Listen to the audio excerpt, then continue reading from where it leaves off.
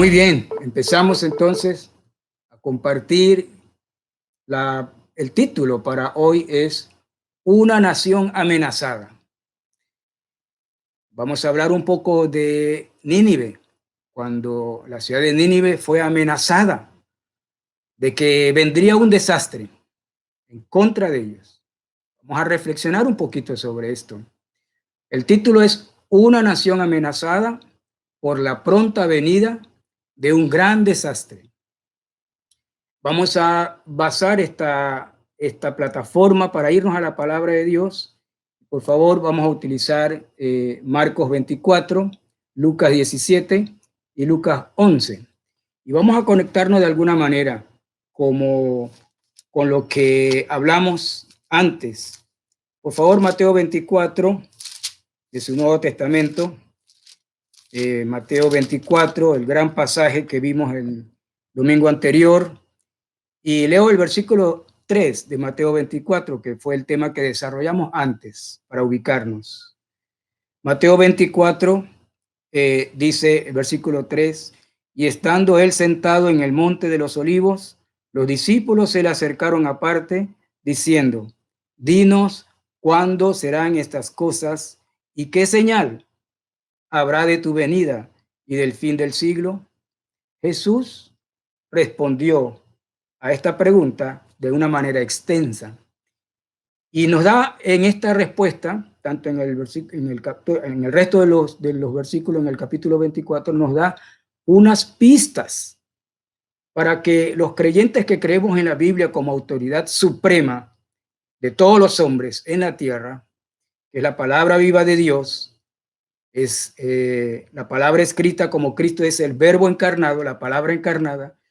También la Biblia es la palabra escrita de Dios, cuya autoridad es la máxima autoridad para los eventos y las circunstancias en nuestras vidas, pero también para la raza humana. La Biblia sigue siendo la mandamás, la autoridad máxima para saber cómo vivir en fe y en comunión con Dios y con nosotros. Mateo 24, 34, 39 es parte de la respuesta que Jesús le dio a los discípulos. Y vamos a tomar para hacer un trampolín y llegar a donde queremos estudiar hoy, que es sobre Nínive y Jonás. Pero veamos las pistas que Jesús nos da para discernir los últimos tiempos, los tiempos finales. Mateo 24, 34 al 39. Voy a leer. De cierto os digo, dice Jesús, de cierto os digo que no pasará esta generación hasta que todo esto acontezca. El cielo y la tierra pasarán, pero mis palabras no pasarán. Pero del día y la hora nadie sabe, ni aun los ángeles de los cielos, solo mi Padre. Pero como en los días de Noé, aquí está la clave, como en los días de Noé, así será la venida del Hijo del Hombre.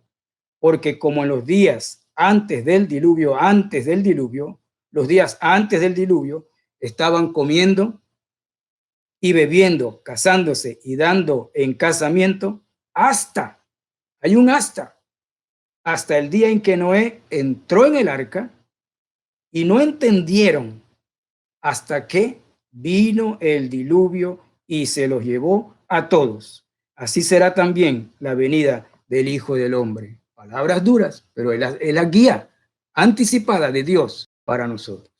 Pasamos a Lucas 17, 26, que es una continuidad o es un amarre con esto que acabamos de leer. Lucas capítulo 17, versículo 26. Y ahí aparece otro evento, otro personaje. Ya hemos hablado de Noé, pero acá en Lucas hay una conexión con el personaje llamado Lot. Dice el versículo 26 de Lucas 17, como fue en los días de Noé, así también será en los días del Hijo del Hombre. Como fue en los días de Noé, estamos hablando, comían, bebían, se casaban y daban en casamiento hasta el día en que entró Noé en el arca y vino el diluvio y los destruyó a todos. Pero mire lo que agrega Lucas, versículo 28. Asimismo, como sucedió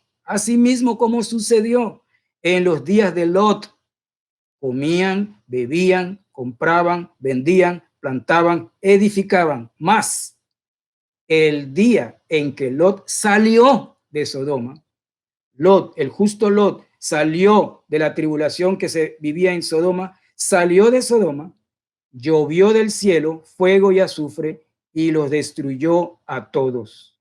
Así será el día en que el Hijo del Hombre se manifieste. No podemos entrar en detalles, solamente es un trampolín a donde queremos llegar. Entonces, tenemos a Lot, tenemos a Noé, tenemos el diluvio y tenemos a Sodoma y Gomorra.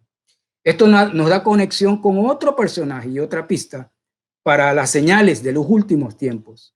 Lucas capítulo 11. Allí mismo en Lucas capítulo 11, versículo 29. Lucas 11, 29 y 30. Y luego leeremos el 32.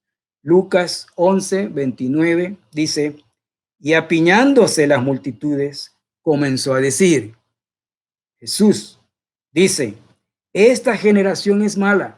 ¿Cómo dice Jesús que esta generación es? Es mala. Y luego dice, demanda señal, piden señal. ¿Qué señal? Quiero una señal. Dice Jesús, pero señal no le será dada, sino la señal de Jonás. Hay una señal dada por parte de Jesús muy específica, la señal de Jonás. Dice, porque así como Jonás fue señal a los ninivitas, Jonás señal a los ninivitas, también lo será el Hijo del Hombre a esta generación.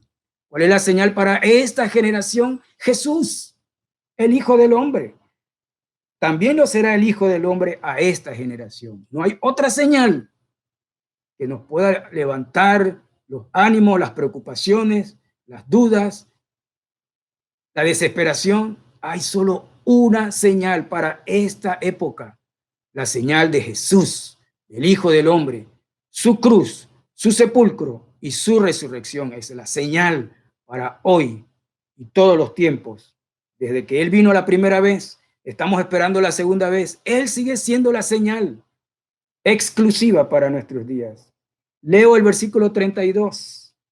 Los hombres de Nínive se levantarán en el juicio con esta generación y la condenarán, porque a la predicación de Jonás se arrepintieron, lo veremos ahora, se arrepintieron.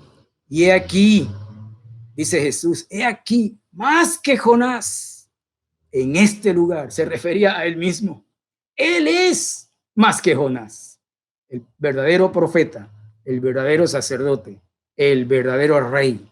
Jesús es el Cristo, el Mesías, el único que puede desde dentro de nosotros por la fe entrar y transformar nuestra vida y llenarnos de fe, de gozo en medio de las circunstancias. Vamos a ver entonces esto que estamos hablando. Lo que vamos a hablar hoy es la historia de una profecía extraña para una nación extraña. Es la historia del extraño Jonás, un profeta de Israel llamado a ir a los gentiles, un profeta hebreo, israelita, sacado de su tierra, llamado a ir como profeta a otra nación gentil extranjera. Tenemos también el bosquejo de este mensaje, y los que puedan conectarse y van a recibir entonces por el WhatsApp, o pueden mandar un correo electrónico o WhatsApp y le enviaremos el bosquejo principal de este mensaje. También es la historia de una nación depravada en sus pecados y alejada del conocimiento de Dios, el Creador, nuestro Dios, Creador del cielo y de la tierra. Es la historia de Nínive, la ciudad de Asiria. Es una historia de hace 2700 años. Tenemos 2020 años de Cristo para acá.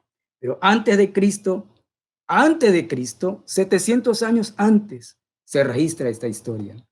Nínive hoy día la vemos ubicada cerca de Mosul, en Irak, a varios kilómetros de Bagdad, la capital del país de Irak. En nuestro mensaje anterior nos detuvimos, como ya dije, en Mateo 24:3. Jesús respondió a aquella pregunta. Vamos a tomar entonces esta conexión que hemos visto como una pista. No vamos a hablar de Noé ni del diluvio, no vamos a hablar de Lot ni de Sodoma y Gomorra por ahora, pero sí vamos a hablar de Jonás y de Nínive. En Mateo 24, Jesús nos dio pistas para que podamos entender y discernir la época cercana a la que antecede el juicio que vendrá para esta humanidad, denominado la gran tribulación. Eso explicamos poquito antes. Eso está en Mateo 24, 21. La gran tribulación. Y este tema creo que nos interesa a todos. Saquemos entonces por ahora estas tres pistas que Dios nos ha dado para entender los tiempos. ¿Recuerdan Hechos 17, 26? Allí dice que Dios a los hombres, a la raza humana, les ha prefijado el orden de los tiempos. Dios tiene control de los tiempos. Nada le toma por sorpresa. Él ha prefijado un orden del cumplimiento de los tiempos. Y hoy es parte de ese orden. Estas tres pistas son estos tres nombres. Noé y los días del diluvio. Solo se salvaron 8. Lot y los días de Sodoma y Gomorra. Solo se salvaron 3. Jonás y los días de Nínive. En esos días se salvaron más. Toda una nación. Porque oyó la advertencia del profeta antes que viniera la destrucción. Año después de la predicación de Jonás sobre Nínive, vino la destrucción de Nínive, año 632, registrado por la historia. Pero más de 150 años, la historia de Jonás hizo que Nínive, esa nación, se arrepintiera. Gloria a Dios por eso. Aquí nos vamos a quedar para reflexionar hoy. Esta historia bíblica de la ciudad de Nínive está abrumadoramente documentada con miles de objetos y elementos arqueológicos. Y 2 fieles testigos, 2 museos que guardan estos tesoros arqueológicos, son fieles testigos de esta historia y de muchas historias. Me refiero a el Museo del Louvre en París, Louvre, en París, Francia, y el otro museo, el Museo de Mosul en Irak, guardan testimonio de lo que estamos hablando. Aparte de la Biblia, hay testimonio de otros. Así que lo que estamos hablando ocurrió al final del siglo 8 antes de Cristo, más o menos 700 años antes. Vamos a irnos entonces a esta historia en el libro de Jonás. Y vamos a dividir este mensaje en 3 partes. El llamado de Dios al profeta. El llamado de Dios al profeta es la primera parte. La segunda parte es la obra del profeta, lo que hizo el profeta. Y la tercera parte es la humillación del profeta. Entonces tenemos abierto nuestro libro en Jonás. Quiero decirle que este libro de Jonás es un libro pequeño, pero ya saben que está conectado con el mensaje de Jesús sobre los últimos tiempos. Y tiene algo interesante. Si estuviéramos hablando de literatura moderna, este libro entra de lo que sería la sátira en la literatura moderna, por muchas cosas que se dan allí. La estructura de este libro de Jonás es muy interesante. Aparece la historia narrativa desde el capítulo 1. La historia narrativa continúa en el capítulo 3 y ahí termina la historia. Pero en el capítulo 2 se inserta una oración y en el capítulo 4 aparece otra oración de Jonás.